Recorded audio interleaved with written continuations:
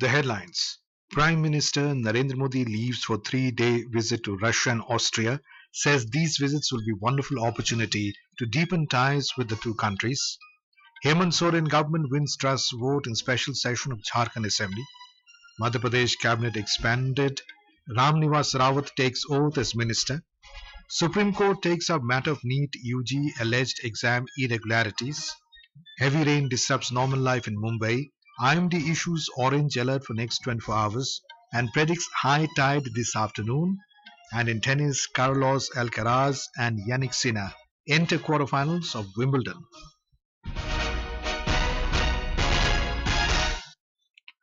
Prime Minister Narendra Modi has departed for a 3-day official visit to Russia and Austria starting today. Before planning for Russia, Prime Minister Modi in a social media post said that these visits will be a wonderful opportunity to deepen ties with Russia and Austria, with whom India has time-tested friendship. Mr. Modi also said that he is looking forward to interacting with the Indian community living in these countries. Prime Minister Narendra Modi will attend 22nd India-Russia Annual Summit, while this will be his first ever visit to Austria. On the India-Russia relationship, the Prime Minister said he is looking forward to reviewing all aspects of bilateral cooperation with his friend President Vladimir Putin and sharing perspectives on various regional and global issues. The Prime Minister said that the special and privileged strategic partnership between India and Russia has advanced over the past 10 years in many sectors. The sectors include energy, security, trade, investment, health, education, culture, tourism, and people-to-people exchanges. On his Austria visit, Prime Minister Narendra Modi said Austria is India's steadfast and reliable partner, and both the countries share the ideals of democracy and pluralism. Mr. Modi said he will meet President Alexander Van der Bellen and Chancellor Karl Nehammer during his visit. We have more from a correspondent.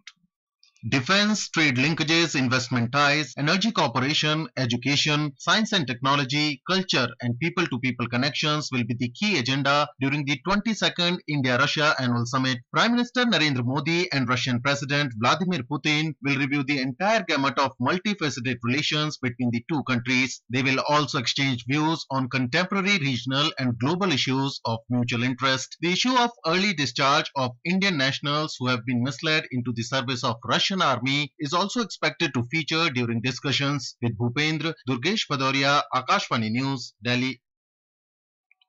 The Hemant Soren government today won the vote of confidence in the Jharkhand Assembly. 45 Jharkhand Mukti Morcha JMM-led alliance legislatures voted in favor of the confidence motion. Earlier, Chief Minister Hemant Soren moved a confidence motion in the State Assembly on which a debate was held.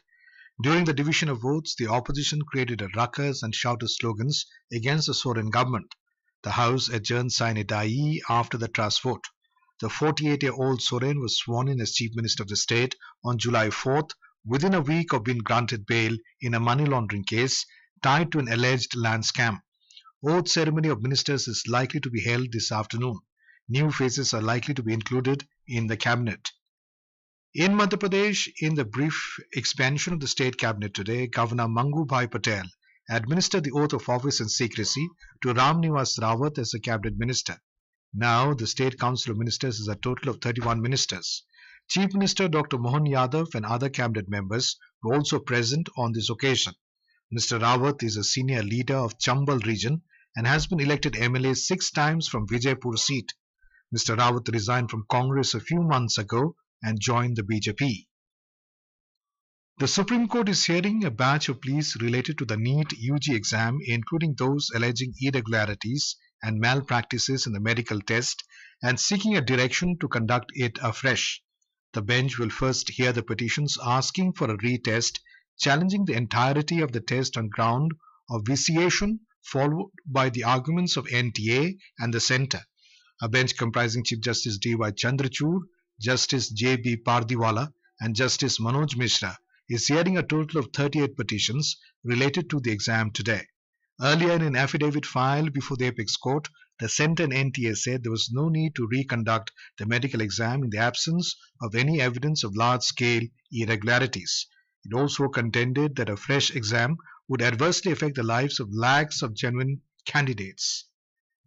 The Supreme Court directed the centre to frame a model policy on menstrual leave for women employees by holding consultations with states and other stakeholders.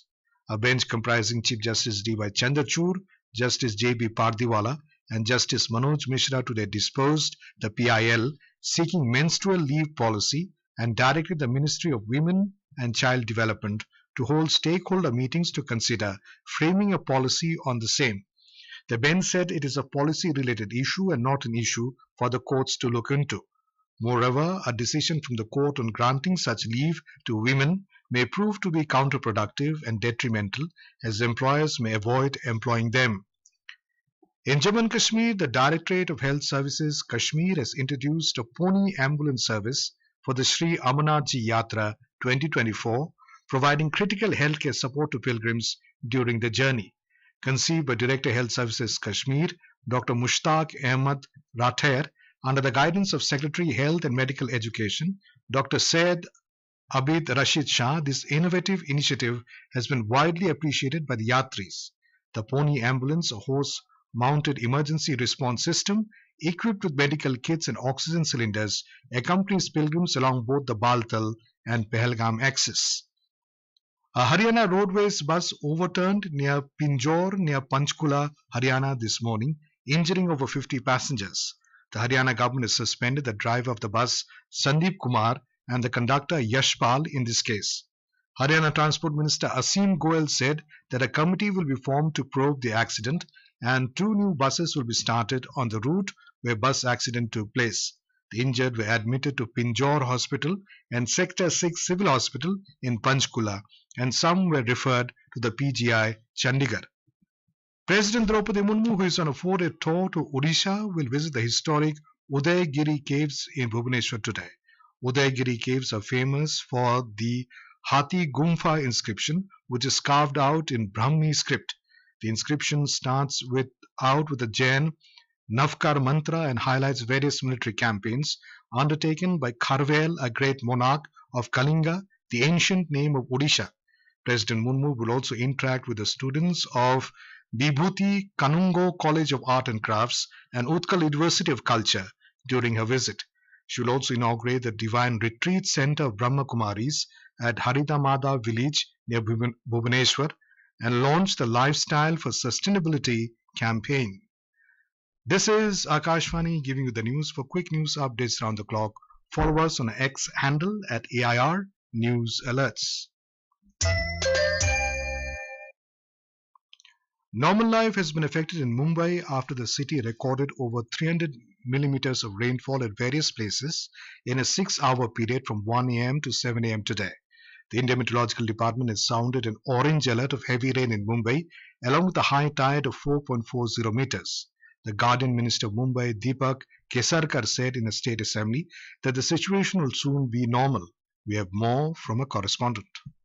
Heavy downpour in the morning has led to severe waterlogging in the low-lying areas of Mumbai and its suburbs. The suburban train services, also known as the lifeline of the city, have been affected. Harbour Line trains have been temporarily suspended between Vadala and Mankud. Vehicular movement has been affected due to inundation on the roads and several BEST buses have been diverted. A holiday was declared for the first session for all schools and colleges in the city. The Mumbai University has rescheduled certain exams that were slated to happen today. All concerned officers and staff of Mumbai Municipal Corporation are present at various locations and are monitoring the situation. Prarthana, Akashvani News, Mumbai.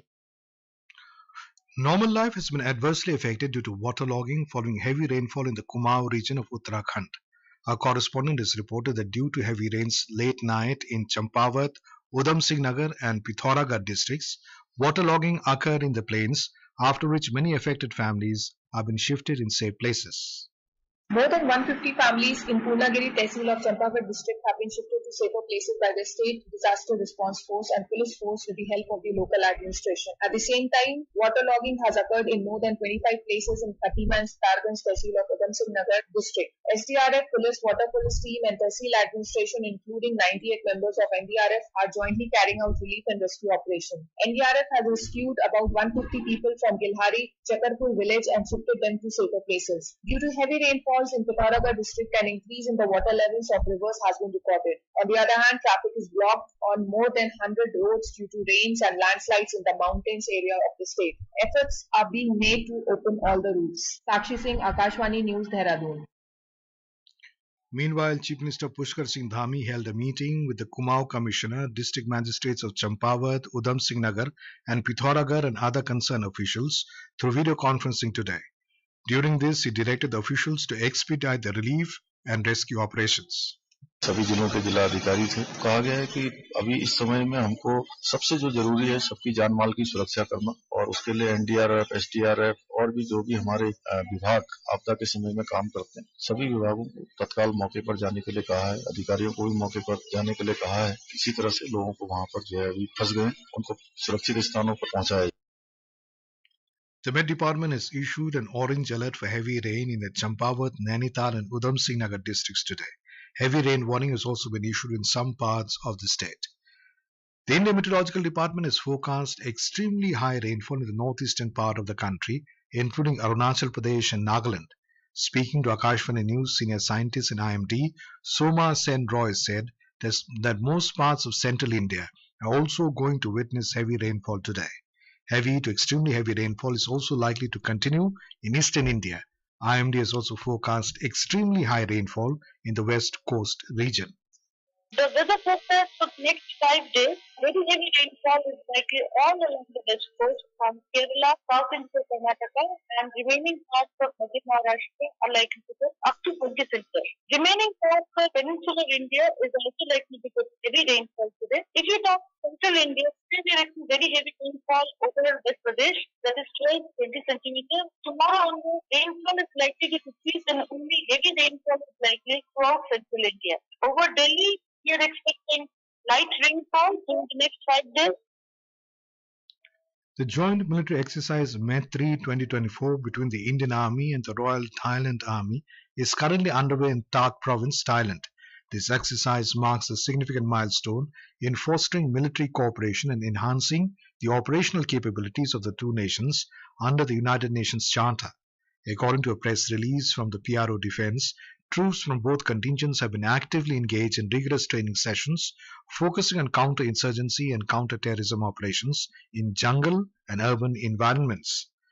In France, exit polls from the parliamentary elections predict a hung parliament with the left bloc New Popular Front NFP coalition securing the most seats in the second round.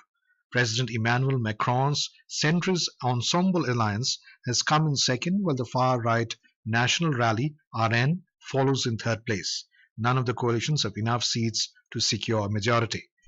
In Wimbledon, defending champion Carlos Alcaraz and world number 1 Jannik Sinner have entered the quarterfinals of the tennis championship. Alcaraz held a 4-set challenging match against Frenchman Hugo Humbert and registered a win 6-3, 6-4, 1-6, 7-5. In another match, world number 1 Sinner defeated American opponent Ben Shelton 6-2, 6-4, 7-6 in 2 hours and 9 minutes. In athletics, Kenyan middle distance runner Faith Kipyegon broke her own 1500-meter world record at the Paris Diamond League.